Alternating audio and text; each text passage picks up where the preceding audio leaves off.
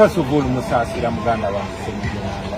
n'abalala si ye yekka Mama Lina Zekiga yaduse mu Rwanda, Mama Winnie Kiza,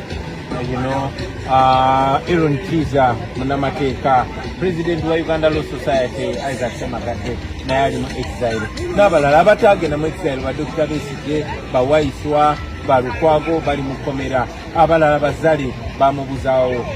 Samugumya bamubuzaawo. So embeera fena gye tulimu Musasira nabo nambasasira era nkubiriza abantu na Uganda bonna babasasire buli muntu abanyisa na kyemalira abamu no so tomusekerera mbo okuba teyakiraba ekayimwemu nawe yakiraba si buli omuntu agenda kiraba kusanga naye at least buli omu agenda nakiraba buli omu agenda akirira okyakwatagana ku mugundi